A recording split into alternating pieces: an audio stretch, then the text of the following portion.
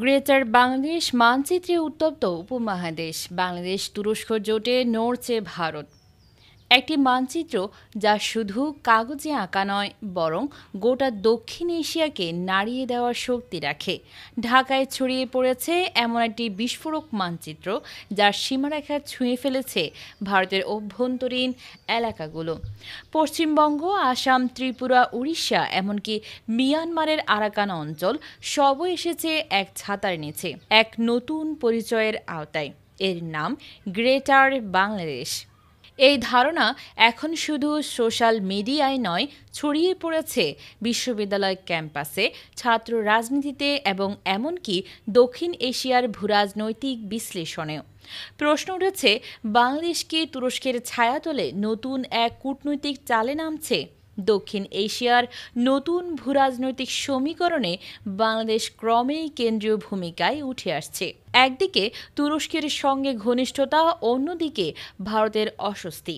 এই মানচিত্রে ভারতের পশ্চিমবঙ্গ, আসাম, ত্রিপুরা, উড়িষ্যা, বিহার এবং মিয়ানমারের আরাকান অঞ্চল পর্যন্ত যুক্ত করে একটি বৃহৎ বাংলাদেশ কল্পনা করা হয়েছে। ভারতের নতুন সংসদ ভবনে যে অখণ্ড ভারতের মানচিত্র রয়েছে, যেখানে পাকিস্তান, বাংলাদেশ, নেপাল, এমনকি শ্রীলঙ্কাকেও ভারতের অংশ হিসেবে দেখানো হয়েছে, তার জবাবে এই গ্রেটার বাংলাদেশ ধারণা সামনে এসেছে বলে অনেকে মনে করছেন।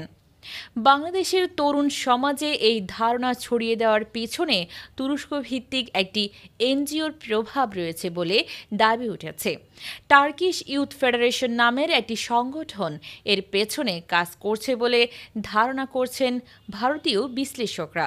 তুরস্কের প্রেসিডেন্ট রিসেপ তাইপ এরদোয়ান মুসলিম বিশ্বের নেতৃত্ব নেওয়ার আশায় দক্ষিণ এশিয়ায় কৌশলগত প্রভাব বাড়াতে চাইছেন।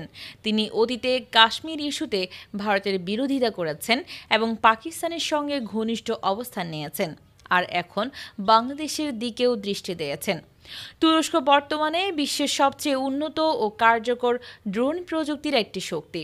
তাদের বাইরেক্টর টিবেটের ড্রোন ইতিমধ্যে বাংলাদেশে এসেছে। সম্প্রতি পাকিস্তান এই ড্রোন ব্যবহার করে ভারতের বিরুদ্ধে কৌশলগত সফলতা পেয়েছে। তুরস্ক স্পষ্টভাবে জানিয়েছে, ভারতের কাছে তারা এই ড্রোন বিক্রি করবে না। ডক্টর ইউনূসের প্রশাসন এখন এক কূটনৈতিক কৌশলের পথে হাঁটছে।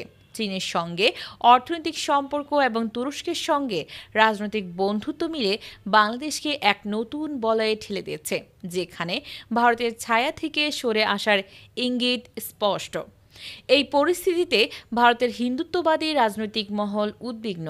পূর্ব ও উত্তর পূর্ব ভারতের নিরাপত্তা নিয়ে তৈরি হয়েছে অস্বস্তি, কারণ তুরস্ক সমর্থিত এনজিও যদি ভারতীয় রাজ্যগুলিতে সাংস্কৃতিক বা রাজনৈতিক প্রভাব ফেলতে শুরু করে, তাহলে তা ভারতের অখণ্ডতা ও স্থিতিশীলতার জন্য চ্যালেঞ্জ হয়ে উঠতে পারে।